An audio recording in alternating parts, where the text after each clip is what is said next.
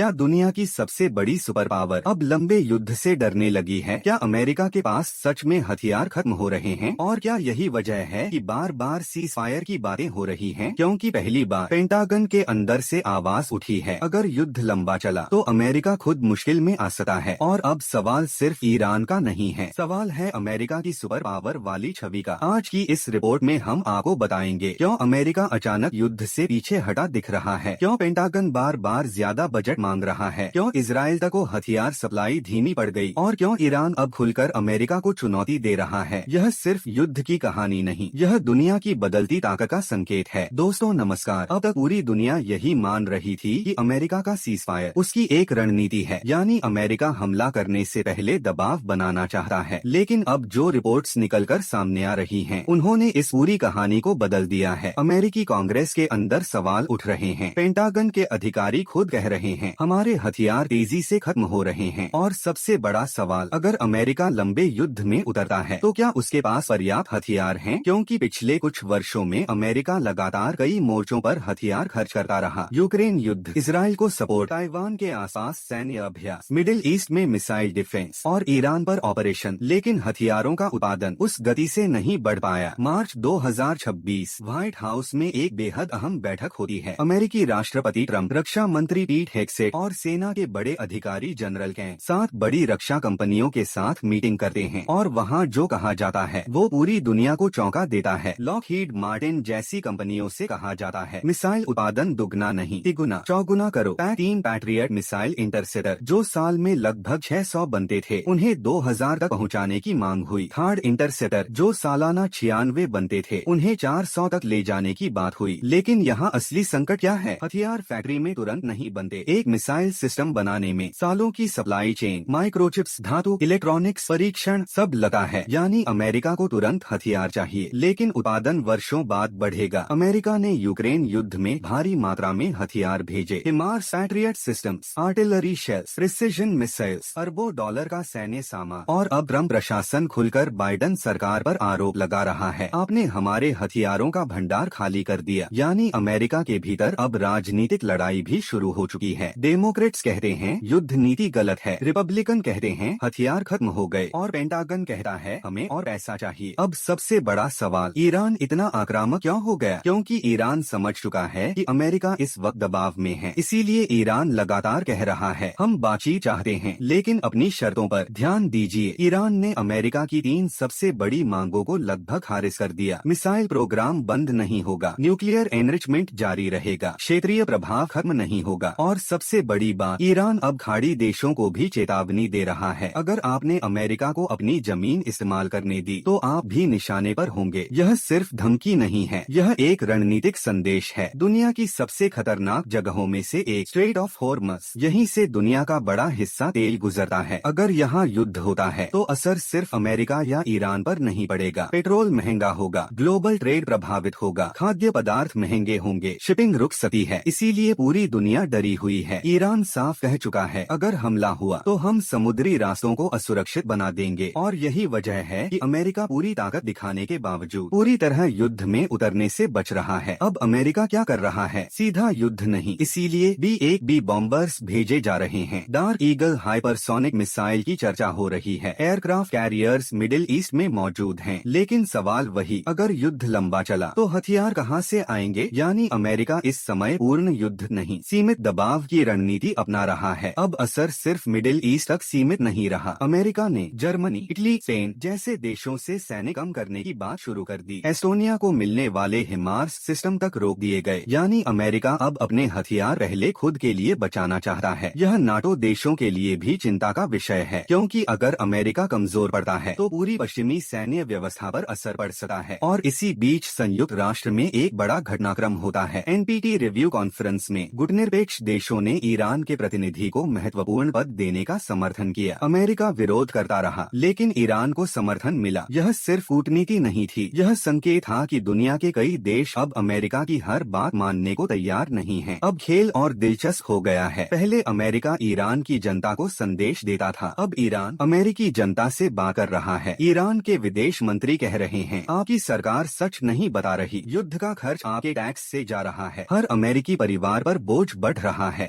यानी ईरान अब अमेरिका के भीतर राजनीतिक दबाव बढ़ाने की कोशिश कर रहा है। तो क्या अमेरिका कमजोर हो गया है? पूरी तरह नहीं। अमेरिका अब भी दुनिया की सबसे बड़ी सैन्य ताकत है, लेकिन पहली बार उसे यह एहसास हुआ है कि आधुनिक युद्ध सिर्फ ताकत से नहीं लड़े जाते। हथियार चाहिए, उत्पादन चाहिए, आर्थिक स्थिरता चाहिए, राजनीतिक समर्थन चाहिए और सबसे जरूरी लंबे युद्ध के लिए धैर्य चाहिए। यही वजह है कि आज अमेरिका एक साथ दो चीजें कर रहा है, एक तरफ धमकी, दूसरी तरफ सीज फायर, एक तरफ बमवर्षक विमान, दूसरी तरफ बातचीत, क्योंकि शायद वह खुद भी नहीं चाहता कि यह युद्ध उस स्तर तक पहुंचे जहां से दुनिया वापस ना लौट सके। अगर आपको यह विश्लेषण पसंद आया हो तो वीडियो को लाइक जरूर कीजिए, चैनल को सब्सक्राइब कीजिए और कमेंट में बताइए क्या अमेरिका सच में दबाव में है या यह सिर्फ उसकी नई युद्ध रणनीति है। बहुत बहुत धन्यवाद।